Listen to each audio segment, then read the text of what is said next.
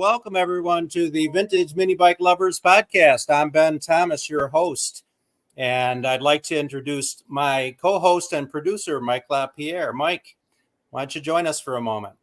Hey there, how are we doing tonight? Also introducing Rob Hilditch and our live guest today, Jim Leighton. Mike is host and producer of the Vintage Snowmobile Podcast and Muscle Car Podcast. The Vintage Snowmobile Lovers Podcast airs every Thursday night at 9 p.m. And the Vintage Muscle Car Podcast, I call it the Vintage Muscle Car Podcast. Actually, it's not really the Vintage Muscle Car Podcast. It's all muscle cars, but there's a lot of vintage cars, obviously. And that airs every Wednesday night. We've been collaborating for the past several weeks to put this podcast together, and I really appreciate Mike's efforts in that regard. Also joining us is our good friend Rob Hilditch, and Rob is an independent AMSOIL dealer and motorsport enthusiast. Thank you very much, Rob, for joining us. Glad to be here. And with regard to the podcasts that Mike does, if you're a regular subscriber of these podcasts, you may see some things that we do that look a little familiar. But if you're not a regular subscriber, I would encourage you to reach out and subscribe to his various channels. He does primarily these through various Facebook outlets, when the Facebook interface is cooperating with our podcast interface. But then he runs those through his Wheels, Keels, and Snowmobiles. Please look in the description for all those links.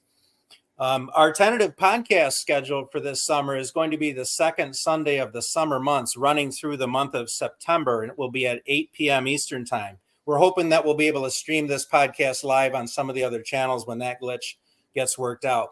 Mini bikes have been woven into the American landscape for well over 50 years. The podcast intends to delve into some of these stories of the modern day vintage enthusiasts and collectors alike. And each podcast will include a live guest and the show and tell of mini bikes, as well as the viewing of other various mini bike content. And without further ado, I'd like to bring Jim into the mix and welcome, Jim. Thank you very much for joining us on the podcast. You're welcome. Thanks for having me. Now, I had the pleasure of watching you a couple of times now on the Vintage Snowmobile Podcast, and, you know, my tongue was hanging out and I was drooling every time you went around the back of the shop, and we were kind of joking behind the scenes that we needed to do a remote podcast from your locale so that we can really enjoy the full breadth of what you have to offer there. That would be exciting. That would be great. Yeah. There's so much to give up here, you know, to see, so... How did you actually get started with mini bikes, Jim? So on the mini bike side of things, I'm not, you know, I don't know a lot about the vintage things. I just, the mini bike side of it, I love it. So motorcycles in general, I grew up here in Limestone, and we had a motocross track that we had racers on all over Maine, New Hampshire, all over Canada that used to come and race here. I want to say in 1981, we were ranked the top 100 track in one of the top 100 tracks in the United States and Canada.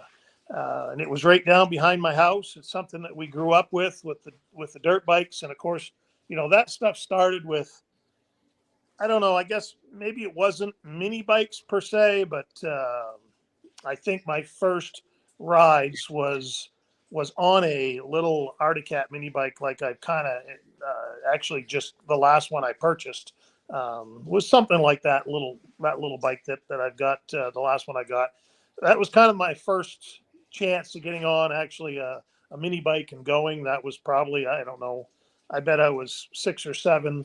The local farmer it was a young lady that had it, and he would keep her tank full of gas as long as everybody in the little community could get a chance to ride. And so everybody had fun with that.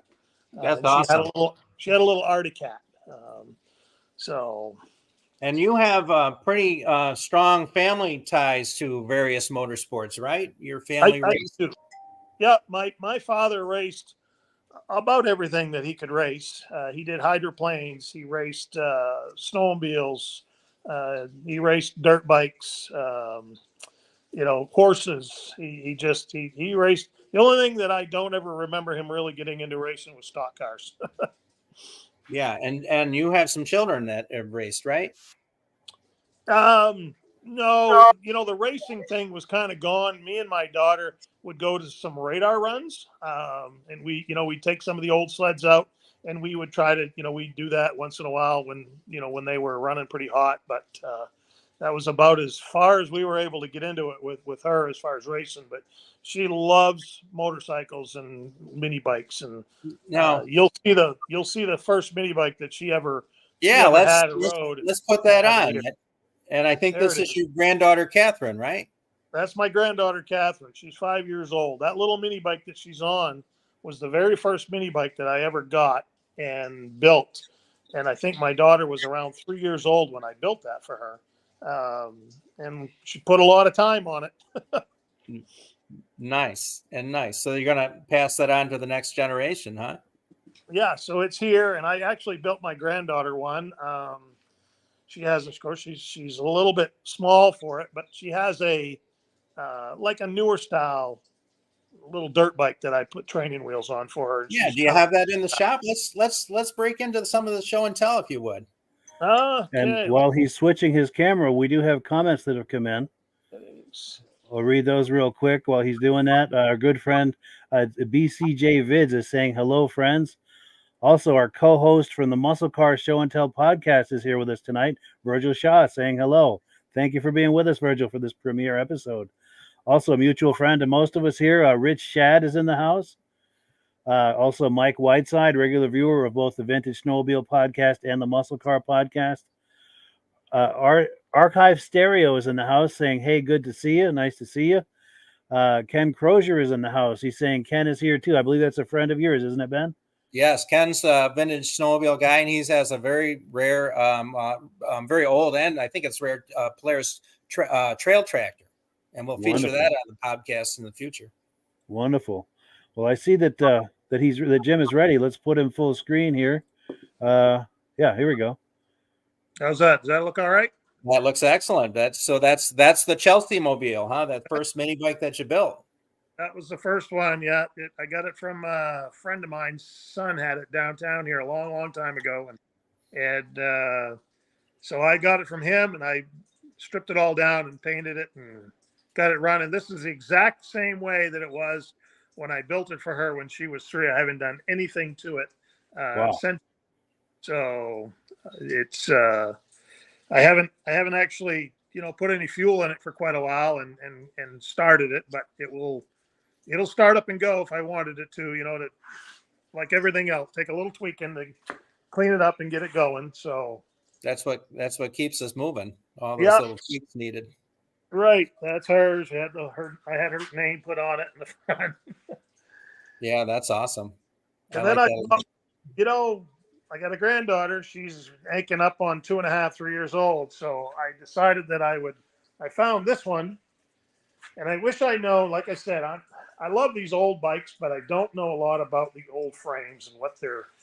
I have a confession to make. It's really hard to tell several of these apart. That we have some experts out in the mini bike forum field, and I'm going to be doing a segment in the future. I'm hoping of Ask the Expert, so we can actually have some Q&A about some of the identifications. So many of the manufacturers were kind of borrowing styling cues from the other manufacturers because everybody wanted to get in the game. It was big money, the motorsports and the recreational motorsports. So I think there's a lot of crossover for parts. Some of the manufacturers use the same parts. So for me, it's very difficult to tell them apart. Yeah. This one, I remember a long time ago asking out on the mini bike forums because I had thought initially that it was a little Indian, but that's not the case. But I do not remember what they told me that it was at that time. But neat little bike for her, someday when she's ready to just jump on and have fun with a little mini bike thing instead of the little dirt bike deals. But so I built that for her, so she'll have that later on, or it'll Very be nice. like one in the background and hang in the roof of the ceiling of my garage and just always be here. So maybe some of our viewers can help ID that one. Yeah, maybe. Yeah, it's I love the little handlebars that are like the little trunk bars, right? They fold down to supposedly this thing so it would fit in the trunk or something of a vehicle. I'm not sure. Right. I think that was part of the gimmick, is that it was easily transported. Yeah. So love that little thing. How that does that. I've got a little. I got this. I don't know, 3 or 4 years ago. Was in really bad shape, and so I brought it home and stripped it down, and I powder coated the frame and had the tank and the fenders painted. And I've been just kind of puttering with it a little bit, but there's just so many other things to work on and do that sometimes you just lose track and it gets set in the corner. Sure. But this is a little Thunderbolt, a Fox Thunderbolt 198, little mini cycle. So that I thought that was pretty neat little bike. I had an opportunity to get it from a guy in town here, and so I decided to pick that up and try to make it look a lot better than what it did. It looks really nice. You're coming along right there. So, no, we get a question coming in asking. This is from your son, by the way, Ben. Asking about the Predator motor, wanting to know the size. Oh, the one that's on this little one here is a 79cc. I didn't want to get, of course, the 212 and the 79cc, they're the same. I mean, you go to Harbor Freight, they're the same cost, right? But right. I took this little bike and I put a 212 on it and just left it stock, and I took it for a ride, and I go, nope, that's too much for her to start off with. So I went and bought this little 79cc one just to put on it, to just so it pulls her around but doesn't get crazy. Yeah, there's actually some tweaks you can do to the 212 to even make it that much faster. Well, let's take a look at that. Yeah, there you go. Nice. So I, of course, you buy kits offline and you don't know what you got. So, everything needs a little tweaking. So obviously the muffler, I'm going to have to pull apart, heat up and tweak and make it right to fit in this little bike. But, so, I pulled this one apart, this motor apart, and, done some things to it and to make it go a little faster, I guess. I just actually got done. I think you've seen some stuff on my Facebook where I was up to my cousins at the lake.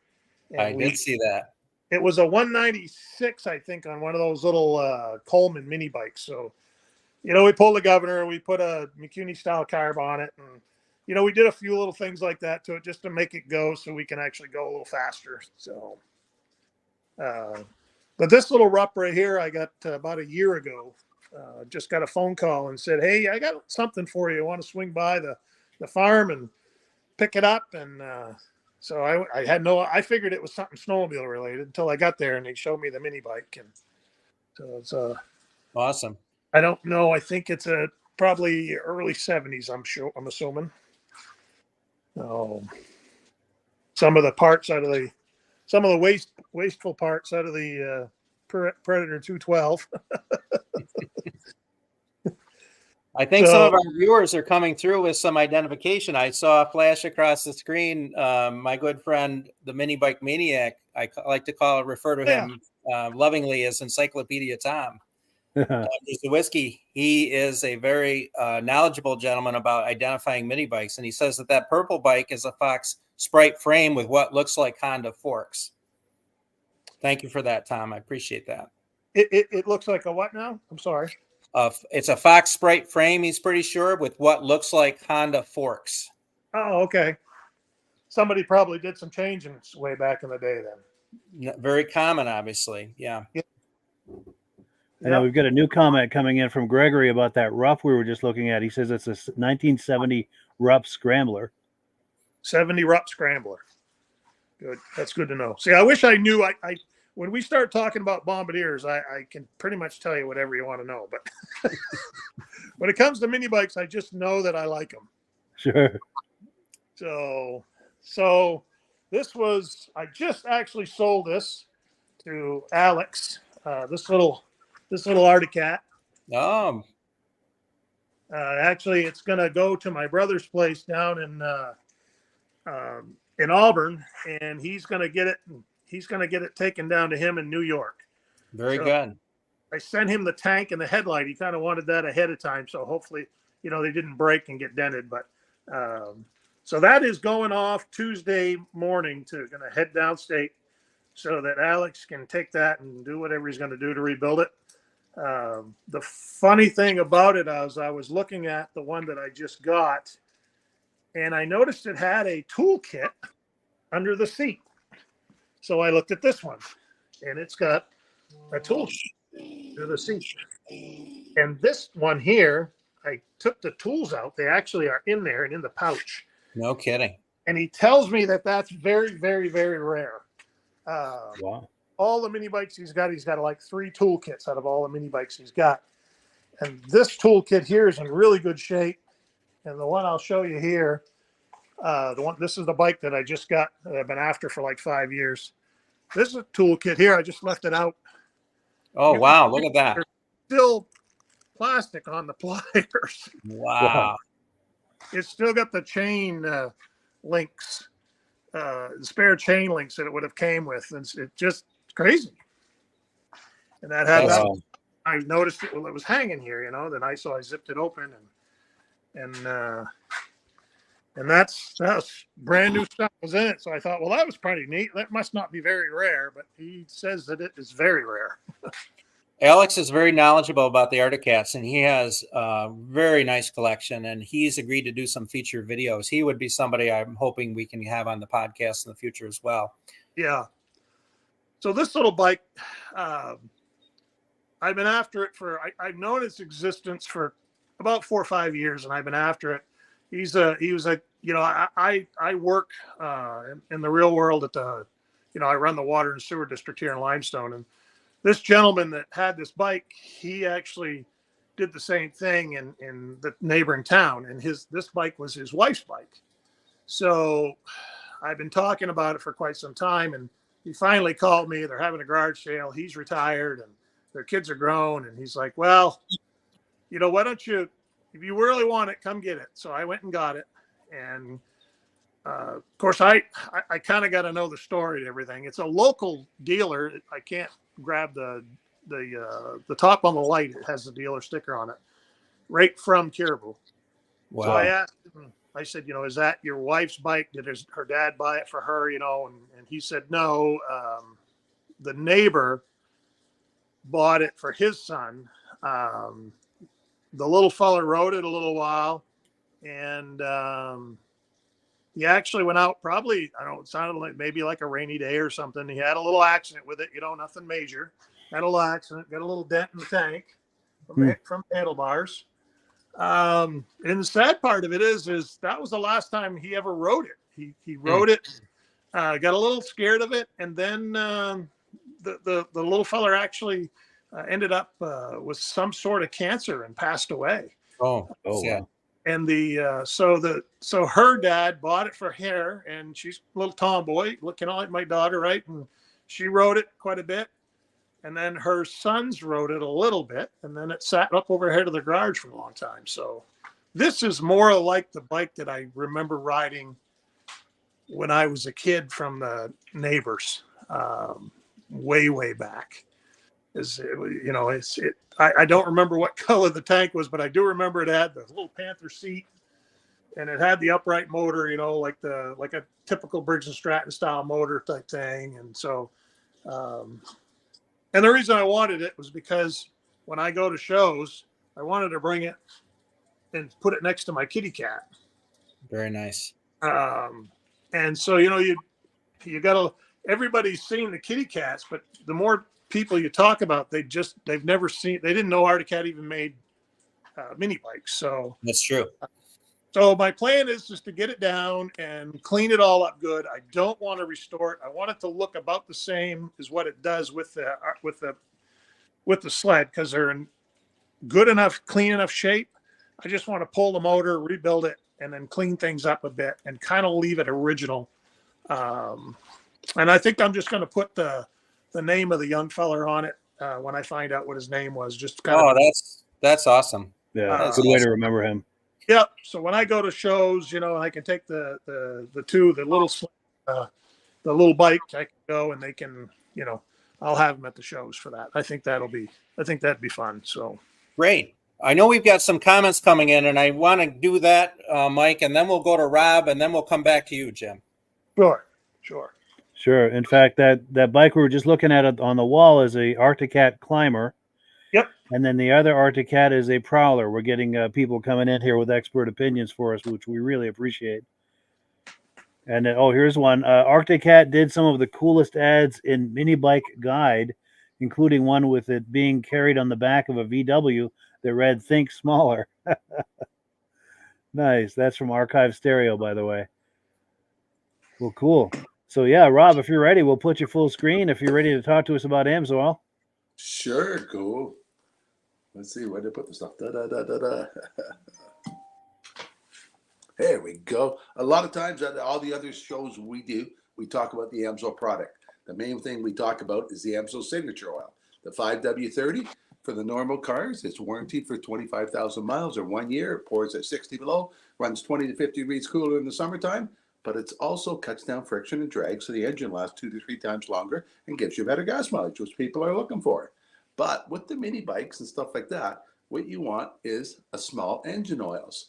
This one here is a 10W30. Some of the other mini bikes have clutches in it. So ones with a clutch, you want a motorcycle oil in it because of the friction for the clutch. For some synthetics are too slippery for a clutch. So you want a motorcycle oil to put in it. The reason you want to put AMSOIL in the mini bike, it'll cut down friction and drag just like the signature oil does in the car. It'll make it run 20 to 50 degrees cooler. Every 10 degrees, you cut down the engine temperature, and that doubles the life of the engine. And it's also a high zinc oil. Those old mini bikes have lifters, cam, rockers, just like some of the hot rods do, and they need zinc in it. These ones both have about 1,200 parts per million of zinc, so it's good for the engines. And if you have a ethanol problem, we have a product called Quick Shot. This product will stop the ethanol from separating in the tank. That way it can be burnt, because once the water separates, ethanol separates, it turns to like water, and mini bikes just don't like water in the gas tank. So you prevent that problem, because you can't buy super a lot of times without ethanol in it now. So you got to put a product in to help that. And if you want more information about AMSOIL, Mike, is there going to be a link on the bottom? There is links in the description. And full disclosure, I have to say that I'm a dealer under you and Ben is a dealer under me. So when you sign up for AMSOIL or buy any kind of AMSOIL under Ben, all of us benefit, and we all thank you very, very much for that. Yes, there's a link for a catalog in the description. And in the catalog has all the prices. If you want to know the best possible way to buy AMSOIL is become a preferred customer under Ben. And you can buy directly from AMSOIL and save 25% on everything you order. Yep, those links are in the description. And I think that it's also important to note AMSOIL has a lot of other products that you'll probably end up using in the shop, such as your metal protectors, your other lubricants, and it's really worth taking a look at what products they have. Shampoo.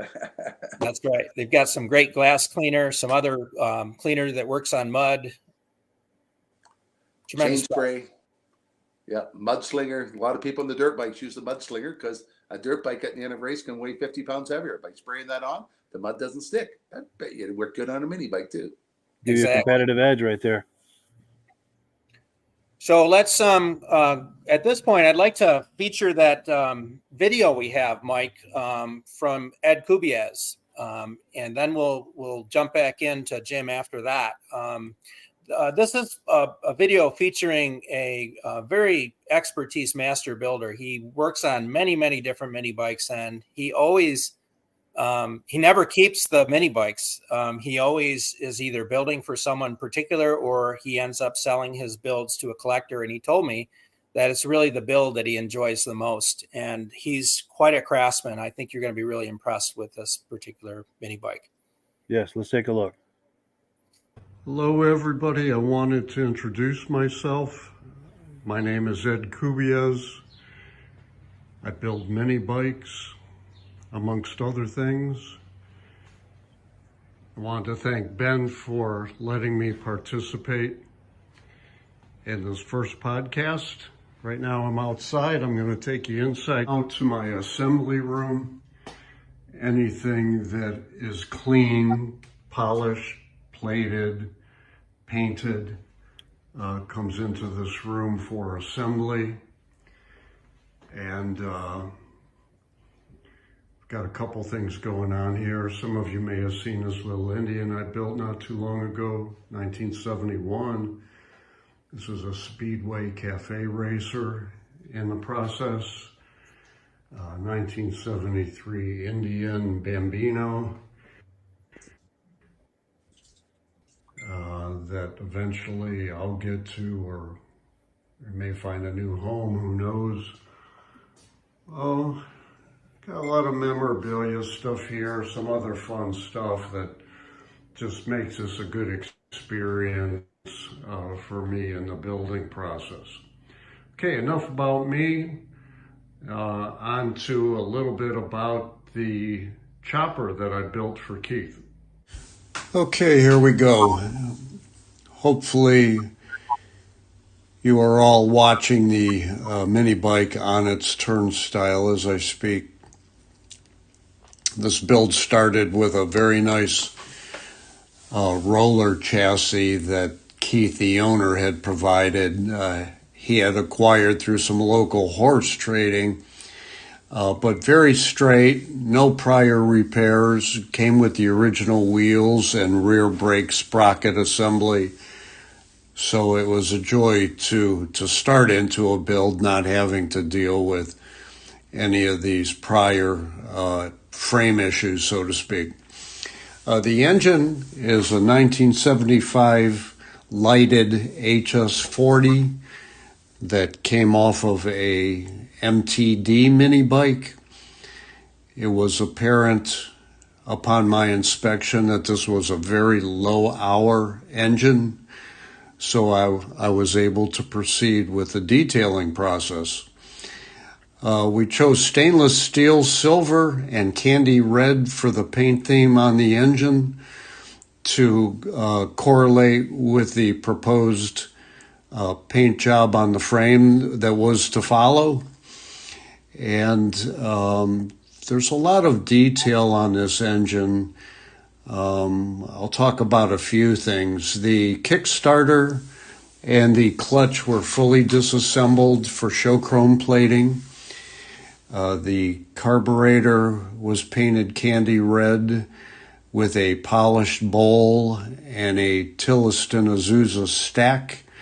The oil fill cap is a polished aluminum Clinton engine oil cap. The oil drain plugs are chrome plated. Of course, the exhaust is also fully chrome plated. Both the polishing and the chrome were done by Grafton Metal Refinishing and Custom Chrome in Grafton, Ohio. Moving to the paint job, it is pearl white with candy red scallops. Those candy red scallops have a thin gray hand pinstriped outline that Angel Dust Cycle Paint in Elyria, Ohio provided. Continuing the white with red scallop theme, the seat was done by Phil Anderson at Anderson Custom Interiors, also here in Ohio, to match the paint scheme.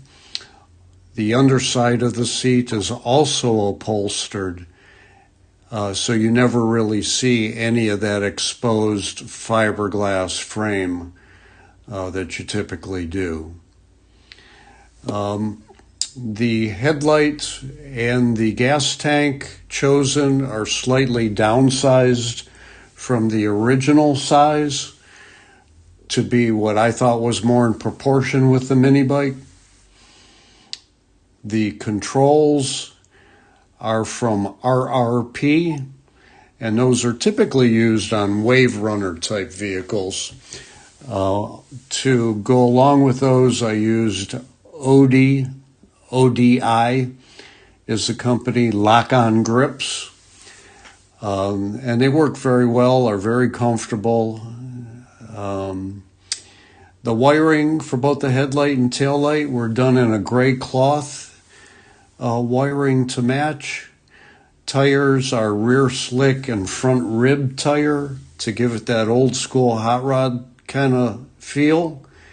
And all in all, I think the goal here was to build a highly detailed, customized version of the Bonanza chopper that still lets its birthright show through. So I'm glad you all got a chance to see it. I want to thank Ben for asking me to participate. Also want to thank Keith Zybreg, the owner, for the opportunity to build such a bike. Thank you. So, gentlemen, what do you think of that? That's amazing. Somebody put a lot of hours into that thing. Yeah.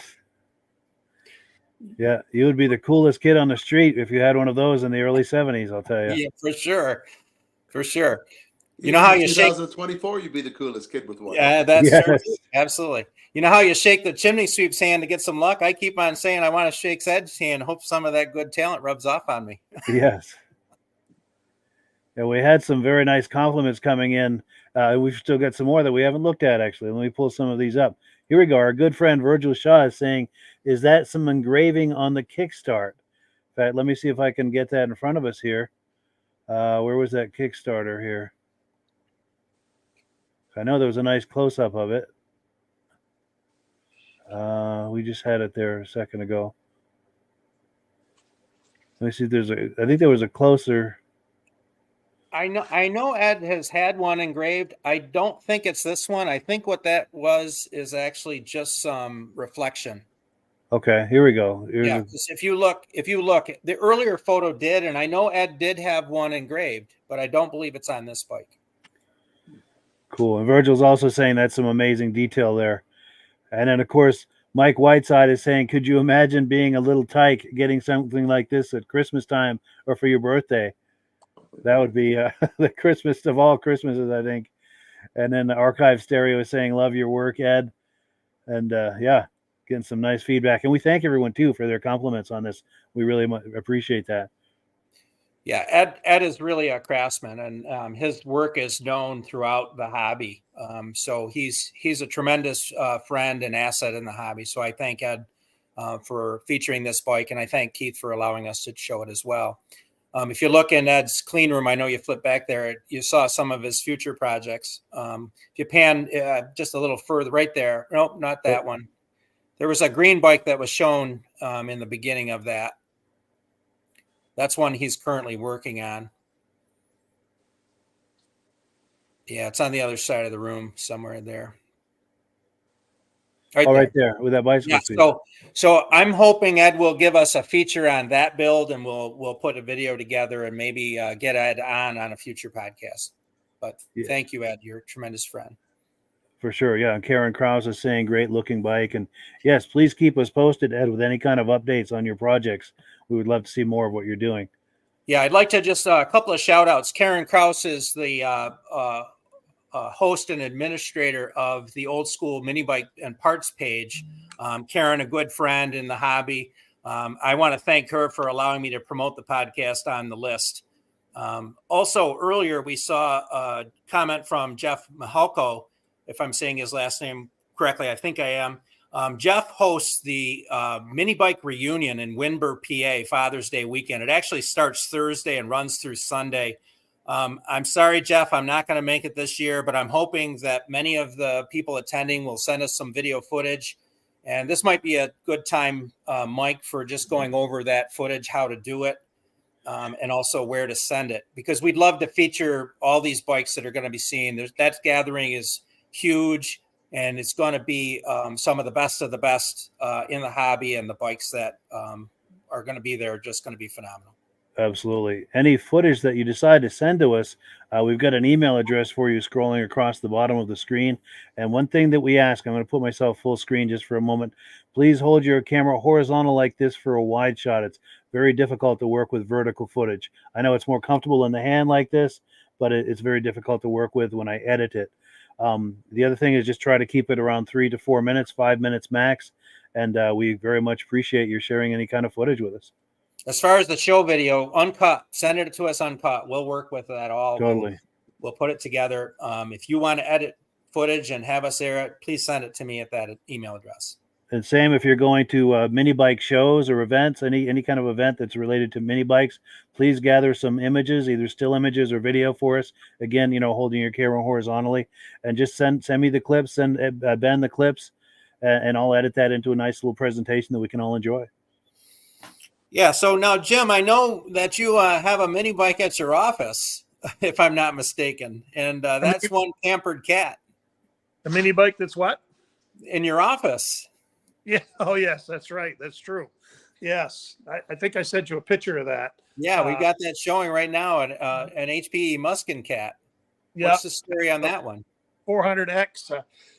I traded a 1983 Yamaha three-wheeler for that, and it came to me it like powdered pink and flowered seats and just a roller, really flat tires. So I stripped it all down, and I went through everything on it, put new tires, and had a friend paint it. This was before I had able to do any powder coating, so I had him paint it all. And then I said, well, the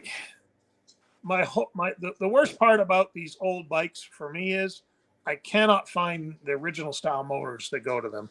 I look around here and I think, there's got to be motors in barns and stuff, and I just am unable to find what needs to go in them to make them 100% right. So again, you all go to the Predator motor or whatever, and you grab it and just kind of build it. And I've had this one running down my road here out, excuse me, in the country, set up the way it's set up. It'll do 45 miles an hour, almost on a wheelie, for crying out loud. It's crazy. It's a hand grenade ready to explode.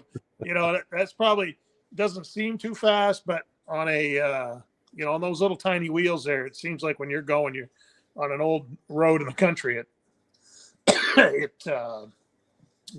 seems like it's pretty fast. So yeah, for sure. Yeah. So I put that in the corner of my office. I never really rode it much. Taken it to a couple of shows here, and I get a lot of comments when they come into my office. People come in and, what's the deal with a mini bike? Nice, good conversation starter. It is. Yeah. Well, you mentioned the Predator motors. First of all, the vintage hobby has exploded, in my opinion, over the last 10 years or so. More so even the past few. It's very challenging sometimes to afford, some of the parts involved in fully restoring something to authentic original. And as far as I'm concerned, there's room for everybody in the hobby. The mini bike hobby is very diverse. Yes, this is the Vintage Mini Bike Lovers podcast.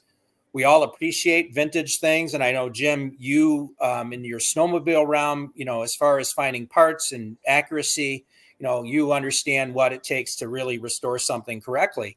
But it is very challenging. And as far as I'm concerned, we've got a lot of young people coming in, and the newer mini bikes, the same conversation happens in cars, snowmobiles, whatever we're talking about is what exactly is vintage, and some groups have it defined a certain way, and, you don't quite fit in the mix. As far as I'm concerned, this podcast will feature the people that are involved in the vintage hobby, and, their interests are going to be diverse. And so, the views expressed by our viewers are not necessarily those of the host and vice versa. But I think the thing is, depend on what your age is.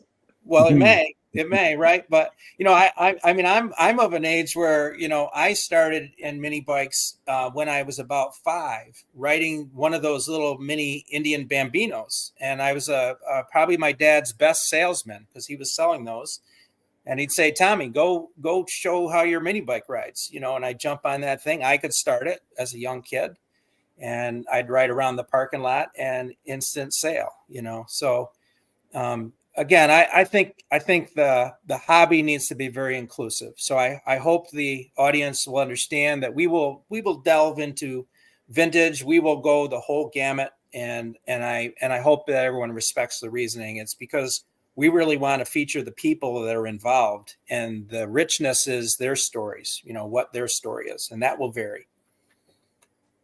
So, Jim, do you have any more show and tell for us there? Well, I kind of brought a few things, and then Nice.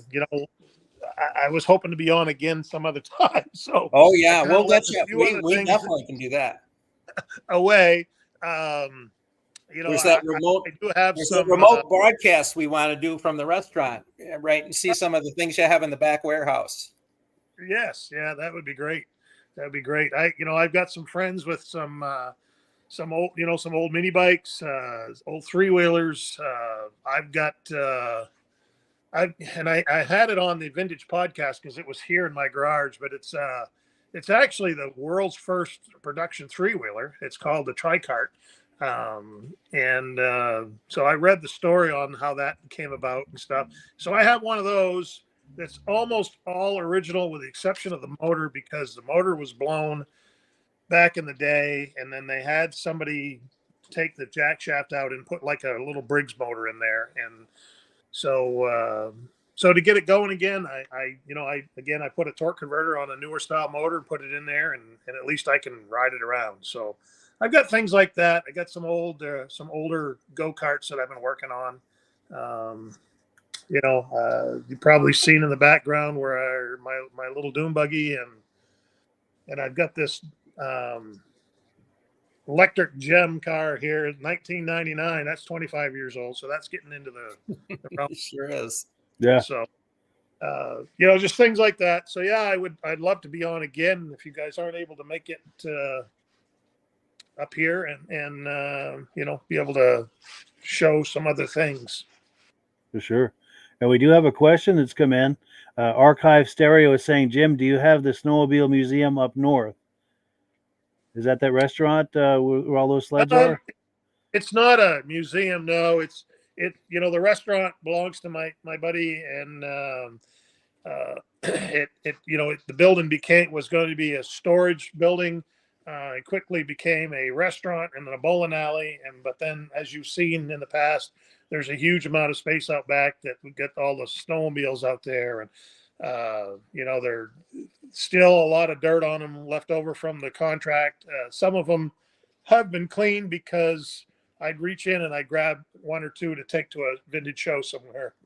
But essentially, the hopes is to get that place tidied up enough where we could get the sleds clean and kind of open it up, for different people to go through and see. Right now, we just kind of, if somebody's there and they want to see it, we'll just take them out back and walk them through what's there and show them. Not really opened up as a museum or anything.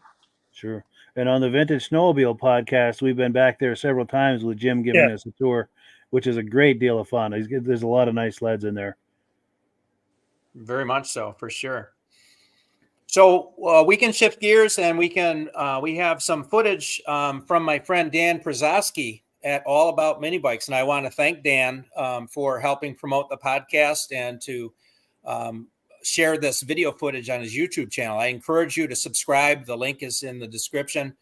He has all kinds of great content. Dan and I are planning to have him featured on an upcoming podcast. He's actually built a prototype mini bike, which is styled after the vintage mini bikes, and he took the best of the best and is crafting his own, and he's actually going out to market with these. Hopefully, he's hoping sometime later this year or early next year. So please check out his channels. He's got a great YouTube channel with a lot of content, and he has a great Facebook page and website as well. But why don't we run that footage? This is of the 2024 Old School Show in Belleville, Michigan. So the amount of bikes there is just unbelievable at that show. Yeah, this is great. And while I'm queuing this up, links to everything he just described in the description of this video, links to his website, his Facebook, and his YouTube. Very much worth a look to all of those. But yeah, let's look at this video.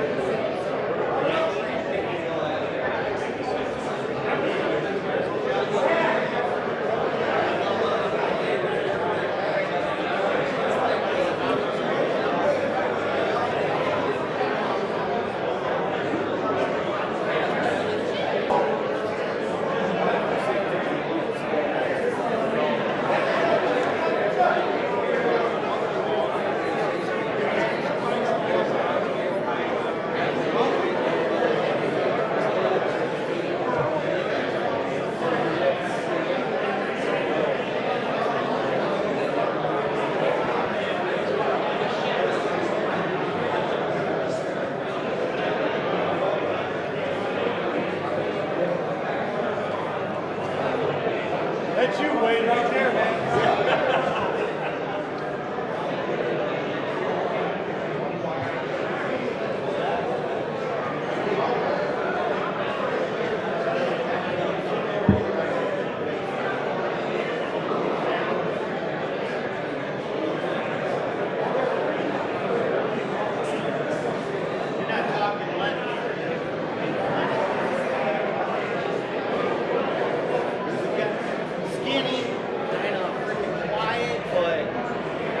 Did body work too and paint. But the middle, remember how they used to do it in place? Yeah.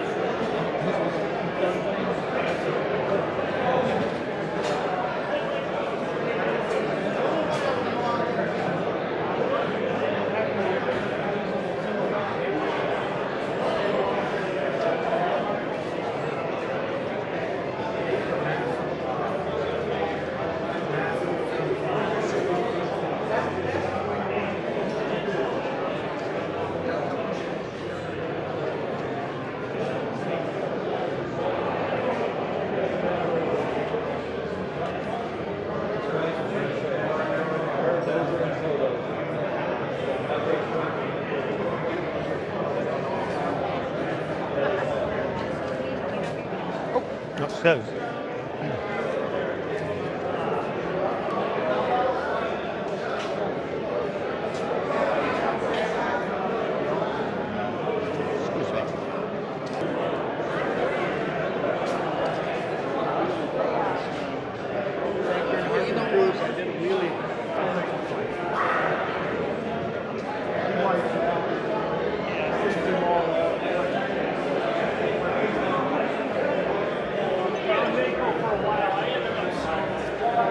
I'm still racing.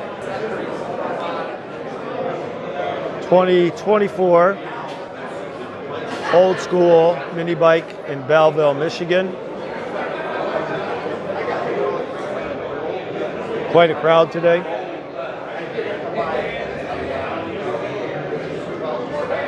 A lot of nice bikes.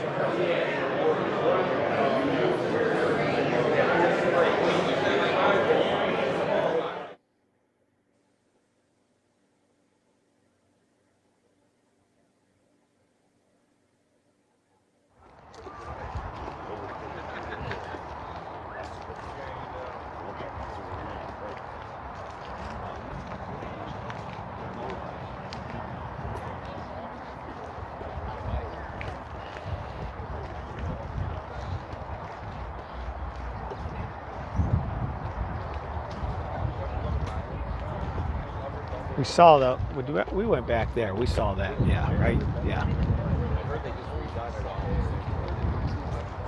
But I want to go. Heard to do a little bit as we're going along. 2024 mini bike swap meet, Belleville, Michigan. This is the outside.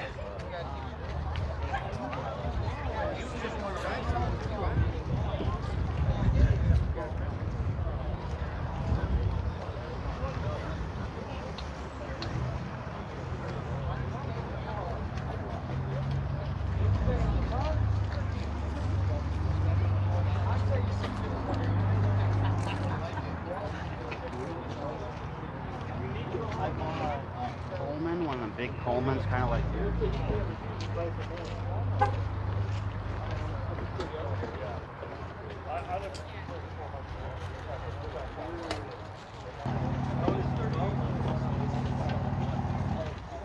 Is that the cart you got over there? Yeah, the Red one? Cool. Is that a Yerf dog or something, I wonder? I could use the tires, but Why? Well, hold on 1 second.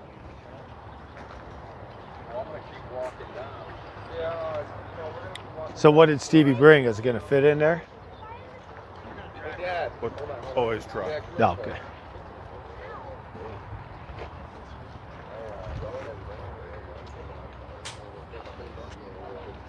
It brought a whole bunch of stuff. Yeah.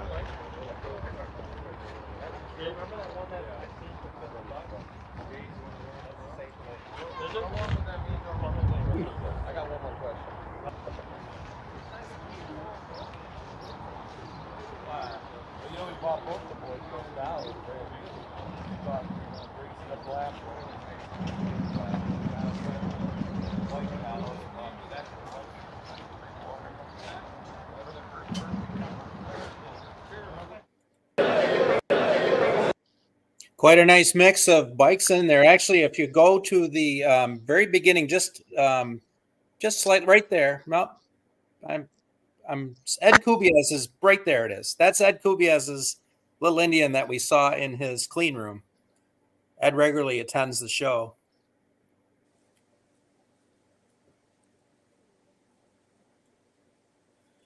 Yeah, some amazing bikes in there. Takes you right back to our childhood in the late 60s and early 70s when these were the coolest thing out there.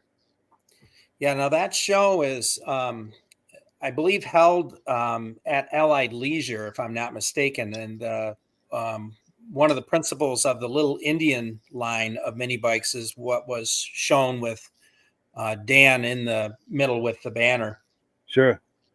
And the brothers were in business together building that line of bikes, and then it changed hands sometimes in the early to mid 70s. Yeah. Yeah. Ray and Now, Regis. now, McCready. Rob and Jim, reactions to any of this that we're looking at I've here? never seen a mini bike show like that before. There was a lot of chrome in that mini bike. I don't think they let the kids use those ones. And was that a custom made one with a sidecar on it, or did they actually make a mini bike like that?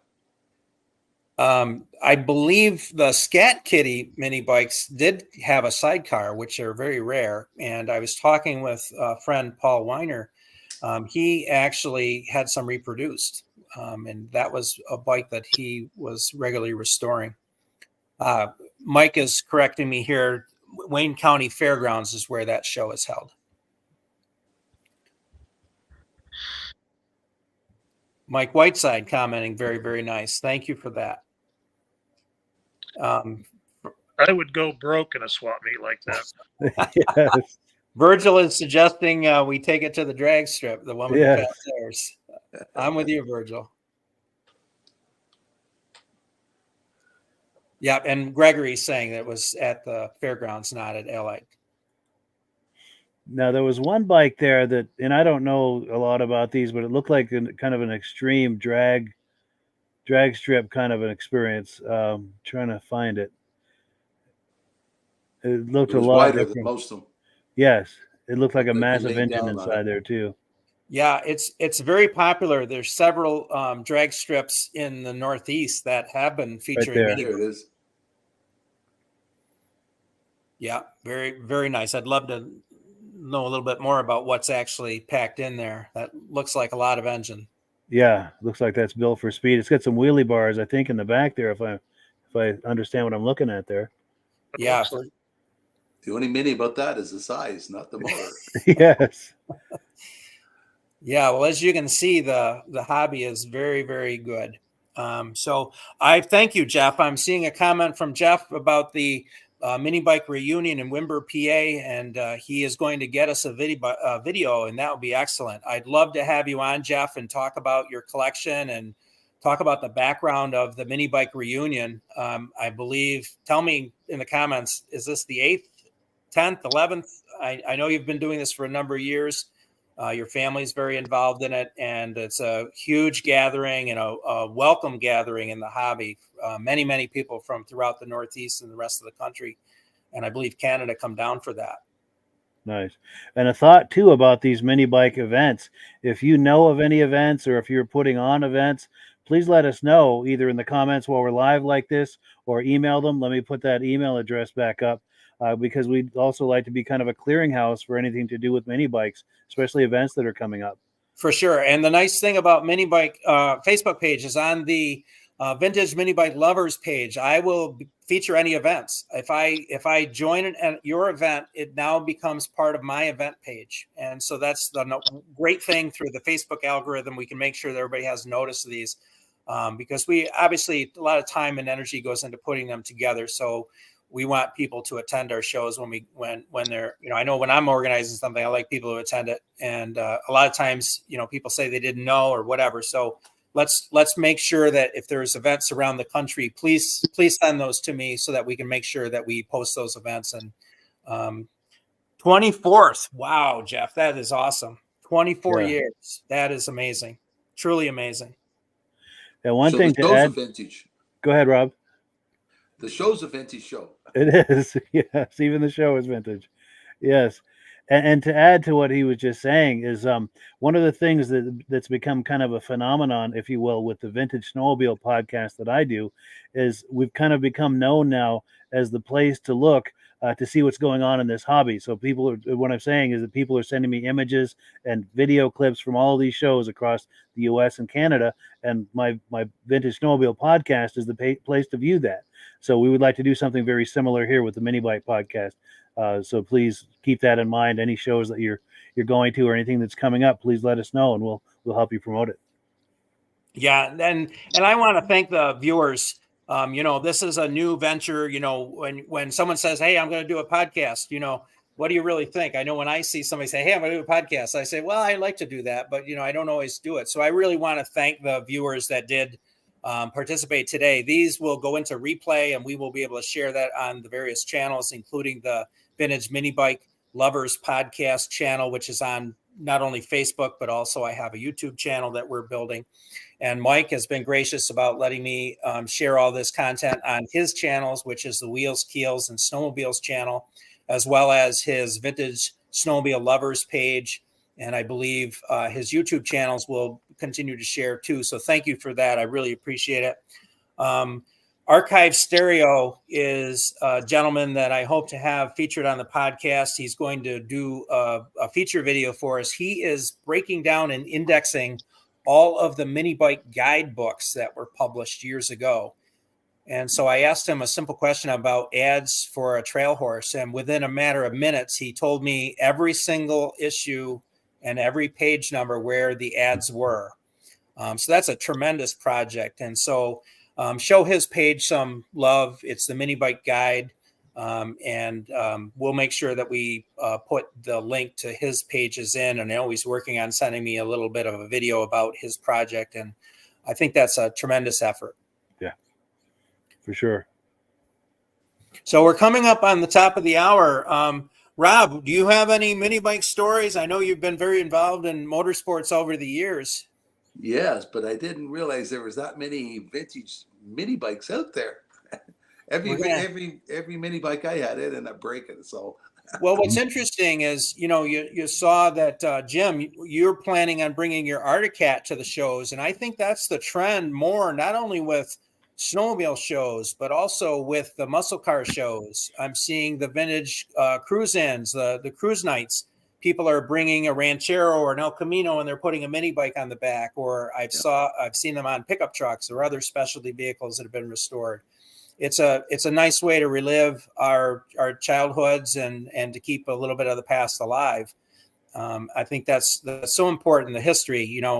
I know when I drive down the road, I'd like to see cars even from the 70s or 80s, but it's rare, right? So if we don't preserve this history, this history is our heritage, as a people. And so I really think that that's the other nice thing about being involved in these hobbies, is that we're really preserving a piece of history and heritage and something that is tangible that we can pass on to the next generations. And so I'm really excited, Jim, that you have your granddaughter already interested, in riding a mini bike and doing that. That's so important that kids have that broad base of experiences, which helps them, become well-rounded, and you think of kids nowadays that they're stuck in, the room with a video game, and that's the only thing they do. And I'm blessed to be involved in so many different things. And yeah, there's kids doing that, but there's also kids doing some real tangible things. I've asked a young man that restores mini bikes, Jaden Simpkins. He's restored a couple already. And I believe I think he's 16 this year, and he started when he was a teenager, early teens, so I think that's important that we, pass the torch on to the young people, and we consider, how that's going to be, remembered, for history's sake. Thank you very much for joining us, Jeff. Jeff is saying, great evening, keep the wheels and wrenches turning, back to the garage for him. So yes, Jeff, I'm looking forward to featuring the mini bike reunion, and hopefully we can get a one-on-one with you and your collection. as well. So thank you for joining us. So keep those comments coming in. I'd really appreciate feedback as we move forward. Again, I'm planning various segments that will enjoy video content, talking with different people about different things. There's so many how-to things that people have questions about. What do you use for vintage clutches? Is there a clutch that is modern day? Can you upgrade some things without compromising the vintage nature of things? And just like in other hobbies, some things have to be maintained. So your chain, your clutch, things of that nature, tires. It's not easy to find a vintage tire that's actually writable. So little things like that, I think, are important that we develop the knowledge base so that as we go forward, everyone has a way to enjoy the hobby. Sure. I wanted to add also, if you're enjoying this tonight and want more, we've got a few more episodes on the horizon. I've got a calendar open here. Let me look at the dates. The next time we go live with this podcast will be July 14th, which is a Sunday, 8 p.m. After that, it would be we're looking for the second Sunday of the month here for the next few months. So August 11th, 8 p.m. Eastern time, and cooperate, please, calendar. Here we go. September the 8th, 8 p.m. Eastern time.